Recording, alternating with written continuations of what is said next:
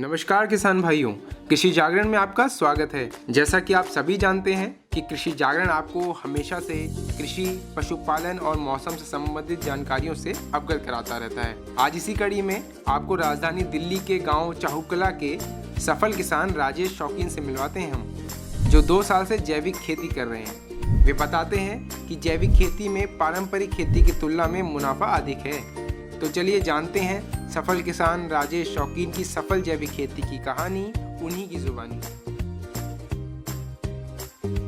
सभी को नमस्कार। मेरा नाम है राजेश शौकीन, गांव दी चाहुकला, नई दिल्ली 43। मैं एक ऑर्गेनिक किसान हूं। मैं 2 साल से ऑर्गेनिक खेती कर रहा हूं। बशर्ते खेती तो मेरी परंपरागत व्यवसाय है। बाप दादों के टाइम से पहले से ही खेती करते आ रहे हैं। 91 से मैं रेगुलर खेती कर रहा हूँ। उसके चलते मैं 2 साल से ऑर्गेनिक पे आ रखा हूँ। जैविक तरीके से मैं किन किन चीज़ों की खेती कर रहा हूँ वो मैं आपको बताता हूँ। मैंने धान भी उगाया जैविक ऑर्गेनिक, और अभी फ़िलहाल मेरे पास आलू हैं, गेहूँ है और गोभी है जो मैं ऑर्गेनिक कर रहा हूँ। और इन चीज़ों के लिए क्या क्या चीज़ें इनमें डाली जाती हैं ऑर्गेनिक में, बजाय फर्टिलाइज़र और केमिकल के छोड़ के ये चीज़ें नहीं डालते इनमें। ऑर्गेनिक के लिए जैसे सबसे पहले आते हैं तो डीकम्पोज़र का नाम आता है। डीकम्पोज़र एक बेहतर अच्छी चीज़ है, एक अच्छा विकल्प है किसानों के लिए कि भाई आपके पैसा ना खर्च करके और बढ़िया आउटपुट आपको मिले, बढ़िया पैसा मिले और खर्च भी आपका नहीं होगा। इसके चलते अगर इसको अगर हम यूज़ करने के लिए देखें भाई इसमें किस किस चीज़ में और क्या क्या यूज़ किया जाता है। जैसे मैं आपको बताया गोभी हमारी मेन फसल है यहाँ पे। फिर भी इसके साथ में कई चीज़ें बोते जैसे गेहूँ भी है अपना, मैंने आलू भी लगा रखा है, वो भी आपको दिखाएंगे।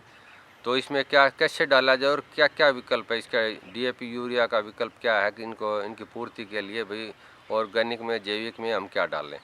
तो उसके लिए मैं दोस्तों आपको बताता हूँ। सबसे पहले डीकम्पोज़र आप पानी में दे सकते हैं, लिक्विड है, ये एक लिक्विड है। तो इसके साथ में आप स्टार्टिंग में आप ऑर्गेनिक करते हो तो कम से कम 1000 से 1200 लीटर कम से कम आपने स्टार्टिंग में पहली बार जब आप ऑर्गेनिक करोगे तो इतना देना पड़ेगा। क्योंकि ये हमारी मिट्टी को और हमारे जो मिट्टी के अंदर जो चीज़ें पड़े हैं, जो वेस्ट जो चीज़ें पड़ी हैं, उनको एक कंपोस्ट करके एक खाद के रूप में ले आएगा। और एक ये तरल पदार्थ है और ये पानी के साथ ही बहुत अच्छे से मिक्स होकर चला जाता है ज़मीन में और मिट्टी को उपजाऊ बनाता है और पॉली नरम बना देता है।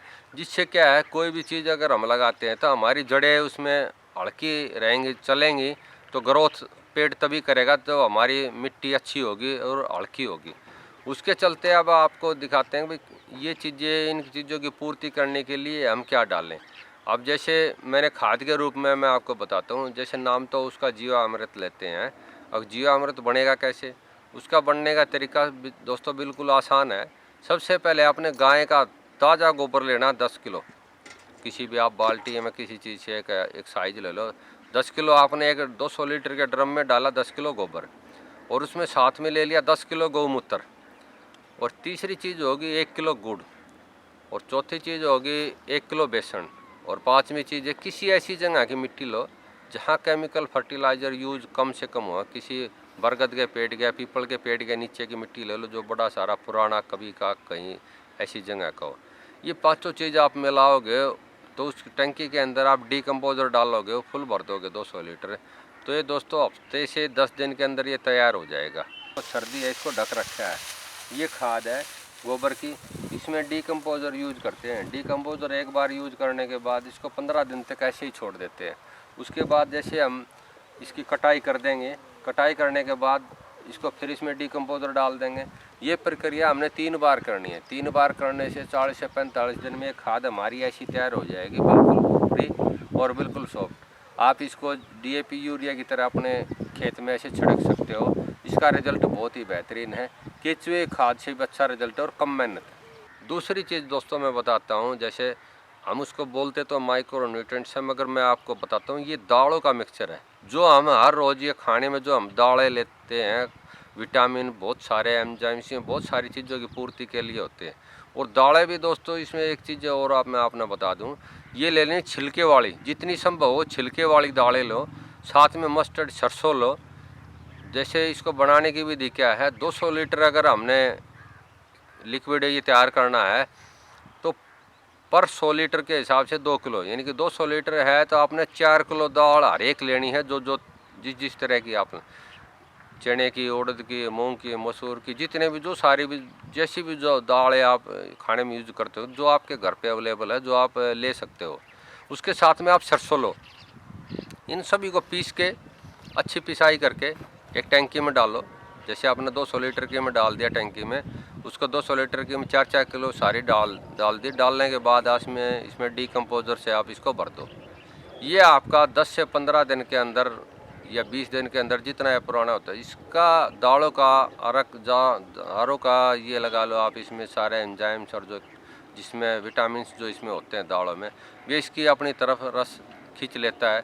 और ये आप स्प्रे में भी दे सकते हो पर टंकी के हिसाब से 1 लीटर। और एक किसी भी फसल में आप चाहे कोई भी हो, आलू, बैंगन, गोभी या कुछ भी आप अनुभव रखा है, तो उसमें 2 से 3 बार स्प्रे कर सकते हो, उसमें सारी चीज़ों की पूर्ति हो जाएगी। बशर्ते उसके चलते आपने ये पानी में भी देना है। पानी में इसके देने के कम से कम है 50 से 100 लीटर है। अगर आप दोस्तों आपकी अगर कोई भी फसल अगर कमज़ोर है, सपोज करो आपको दिखाई दे रहा है मेरी फसल कमज़ोर है तो मैं इसके लिए और क्या करूं, तो उसमें आप इसकी मात्रा बढ़ा भी सकते हो। आप इसको 50 से 100 लीटर की बजाय 150 लीटर भी कर सकते हो, 200 भी कर सकते हो, अगर फिर भी आपकी पूर्ति नहीं होती। फिर आ जाती है कीटनाशक, फंगी नाशक। इन चीज़ों के लिए भैया हम दवाइयों का यूज करते हैं। तो ऑर्गेनिक में इनका तरीका क्या है कि भाई इनसे कैसे बचा जाए, तो उनके लिए जैसे स्टार्टिंग में हम बताएं तो एक सीधा है सवाल है भैया, हमारे यहाँ बरसात के मौसम में निम्बोली, जो हमें नीम का फल होता है, ये चीज़ें अगर लेते हैं तो नीम के फल का एक बहुत अच्छा विकल्प है। उसको लेके 1 से 2 कट्टे आप उसको जितना आप क्वांटिटी में ले सकते हो, तो मैं तो कम से कम ये कहूँगा कि भाई 1-200 लीटर के ड्रम में आप 200 लीटर में अगर डालोगे तो 2 कट्टे, यानी 1 कट्टा तो कम से कम हो। 1 कट्टा अगर आपने निम्बोली का डाल दिया और उसमें डीकम्पोजर भर दिया, तो डीकम्पोजर भरने के बाद उसमें क्या होगा दोस्तों, वो महीने से 20 दिन के अंदर या 1.5 महीने के अंदर, समय अगर आपके हो तो ज़्यादा दिन भी आप छोड़ सकते हो, तो वो उसका रस चूस लेगा, उसका रस चूस लेगा डीकम्पोजर अपनी तरफ में। और एक फंगीसाइड के लिए एक बहुत बढ़िया उसका रिजल्ट मिलेगा। और वो जितने भी अपने जो कीटनाशक है उनके लिए एक भरपूर मात्रा में बहुत अच्छा विकल्प है। अगर स्प्रे में उसको आप 100 से 200 ग्राम यूज कर सकते हो, उसकी मात्रा ही बहुत है, वो तो इतने में बहुत अच्छा उसका रिजल्ट है। उसके बाद आ जाता है जैसे हम घर में लस्सी, जो हम मट्ठा बोलते हैं कई जगह, वो भी सुनने में आता है, इसका भी बहुत एक अच्छा विकल्प है। उस लस्सी को क्या करना है, आपने किसी भी ड्रम में अपनी पुरानी जितनी भी आपकी बस्ती है, हर रोज़ एक जगह पे इकट्ठा कर लो, किसी भी टंकी या किसी भी बर्तन में। उसमें कोई भी तांबे का अपना पुराना घर का बर्तन डाल दो उसके अंदर। उसमें क्या होगा, उसका साल्ट हो जाएगा जहर वाला, क्योंकि उसमें वो फट जाती है, उसमें वो केमिकल होता है, उसमें तांबे का उसमें आ जाता है, तो वो हरी हरी जैसे हो जाती है। तो वो एक फंगीसाइड के लिए बहुत अच्छा विकल्प है और अच्छा उसका रिजल्ट मिलेगा। आपने किसी भी चीज़ में अगर आप उसका स्प्रे करते हो, उसमें स्प्रे में साथ में जैसे सपोज करो अगर स्प्रे करोगे तो उसमें एक चिकनाई होती है, क्योंकि उसके अंदर से घी निकलता है, वो चिकनाई की एक परत अलग सी लेयर जम जाती है और वो बहुत अच्छा उसका रिजल्ट है। जैसे आप गेहूं में लगा लो दोस्तों, अभी गेहूं का सीज़न चला हुआ है, किसी के अगर गेहूं पीले हो जाते हैं और उसका रिजल्ट क्या है कि भैया इसको कैसे ऑर्गेनिक में ठीक करें, तो दोस्तों लस्सी का भी बहुत अच्छा विकल्प है, उसकी पैदावार भी बढ़ेगी और ग्रोथ प्रमोटर के लिए भी बहुत अच्छा इसका रिजल्ट है, काम करता है। फिर आ जाता है कि भाई बड़े जो कीटनाशक और वैसी जो फंगीसाइड है, अगर वो कंट्रोल इससे नहीं होती तो इससे ज़्यादा इससे अच्छा और विकल्प क्या है। इससे अच्छा है दोस्तों, जैसे हमारे यहाँ बहुत सारी ऐसी चीज़ें हैं जो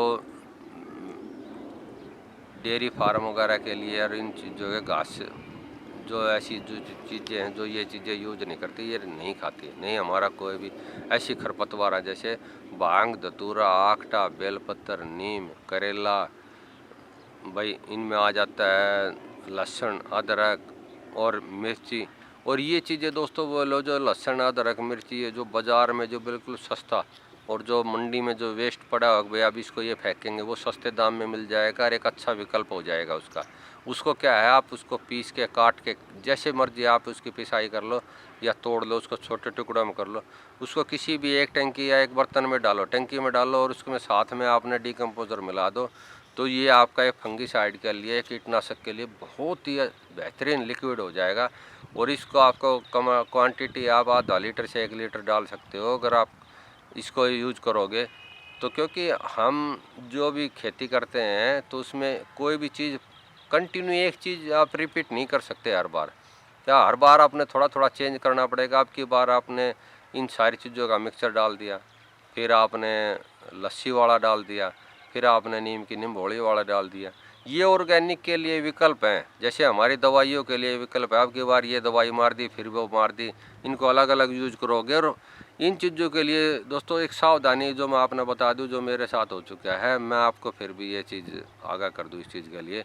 ऑर्गेनिक आप कर रहे हो तो ऑर्गेनिक में एक सबसे बड़ा कारण है, अगर कोई भी आप सब्जियां लगा रहे हो, सब्जी बो रहे हो कोई भी, तो उसमें रेगुलर आपको स्प्रे करना पड़ेगा। जैसे हम यहाँ गोभी बोते हैं, गोभी हमारी यहाँ मेन फसल है, तो गोभी में हमने हर हफ्ते आपको स्प्रे करना पड़ेगा। नहीं तो ऑर्गेनिक में जो फंगिसाइड अगर आ गए तो कंट्रोल करना मुश्किल हो जाएगा। इसमें मैं जैसे बता रहा हूँ आपने, इसमें एक चीज़ कॉमन है, इसमें कीड़ा बहुत लगता है। इसके चलते आपने एक सावधानी बरतनी पड़ेगी, हर हफ्ते आपको इसमें स्प्रे करना पड़ेगा। अगर स्प्रे फंगिसाइड का नहीं करते तो इसमें दिक्कत आ जाती है, किसान को नुकसान हो जाता है। तो उसके चलते खाद के रूप में आप में से मैंने भी बताया जीवामृत और वो दालों का मिक्सचर ही आप इसमें डाल सकते हो। देसी देसी विधि है वो आपको मैं बता चुका हूँ। ये चीज़ें इसमें कुछ एक्स्ट्रा नहीं डला हुआ है। और इसका जो नेचुरल जो टेस्ट, जो आदमी एक बार इसको खा लेगा, जिसने एक बार इसको खा के चेक कर लिया, वो दोबारा मंडी में नहीं जाएगा, वो उसी किसान के पास जाएगा जो ऑर्गेनिक और जैविक कर रहा है। और मैं इसके चलते मैंने ये काम बहुत बखूबी निभाया है और लोगों को इसका टेस्ट करवाया, चेक करवाया है, और खा के जो देखते हैं वो बड़ी तारीफ़ करते हैं। और इसके चलते मैं अपना दिखाता हूँ, इसमें कोई फंगिसाइड इसमें नहीं लगा हुआ है, कोई कीटनाशक नहीं है और अच्छी चीज़ है। मेरा ऑलमोस्ट पूरा खर्चा बढ़ चुका है। और मैं ये बताता हूँ दोस्तों, जो ऑर्गेनिक किसान ऑर्गेनिक खेती करता है, जैविक करता है, वो आपको कभी भी सुर्खियों में ये नहीं मिलेगा कि उसने आत्महत्या की और वो कर्जे के बोझ से वो दब के मर गया। क्योंकि खर्चा तो है नहीं। खर्चा क्या नहीं है, 1 एकड़ में आपका खर्च किस चीज़ में लगेगा? आपका गुड़ में लगेगा, दालों के एंजाइम में लगेगा। उसका खर्च क्या है? 500 से 700 रुपये में वो 1 एकड़ में उसका काम आसानी से चल जाता है। इसके चलते ऑर्गेनिक किसान फल फूल रहा है, हर देश में इसकी ज़रूरत भी है। सबसे पहले तो जो उगाएगा उसका परिवार स्वस्थ, उसके पैसे नहीं लगेंगे, उसकी कॉस्ट बिल्कुल जीरो हो जाएगी, जीरो के बराबर हो जाएगी। मैं तो जीरो ही बोलूँगा, क्योंकि जो आदमी, जो किसान 20 से 25 हज़ार रुपये पर एकड़ खर्च कर रहा था और उसके 500 से 700 उसकी कॉस्ट आ जाएगी, तो उसकी कॉस्ट बची क्या? जीरो के बराबर है। ये मैंने जो सीखा है ऑर्गेनिक पे, यूट्यूब पे भी मैंने देख के और उनसे डॉक्टर साहब से खुद मिल के, NCOF Ghaziabad, national centre organic farming Ghaziabad, doctor Jagat Singh से और जो डॉक्टर कृष्ण चंद्रा जी, मैंने तो डॉक्टर जगत सिंह से मुलाकात करने के बाद बहुत सारी चीज़ें सीखी और उन्होंने बताई। और उनका बारंबार धन्यवाद, जितने बार उनका धन्यवाद कर दिया जाए उतना ही कम है। और दोस्तों मैं तो सभी को ये राय दूंगा, आप ऑर्गेनिक करो, और ऑर्गेनिक से ही जीवन सुरक्षित और अच्छा है, और देश का भला भी इसी में है। धन्यवाद। तो देखा आपने कैसे राजेश शौकीन ने जैविक खेती के माध्यम से सफलता की नई इबारत लिखी।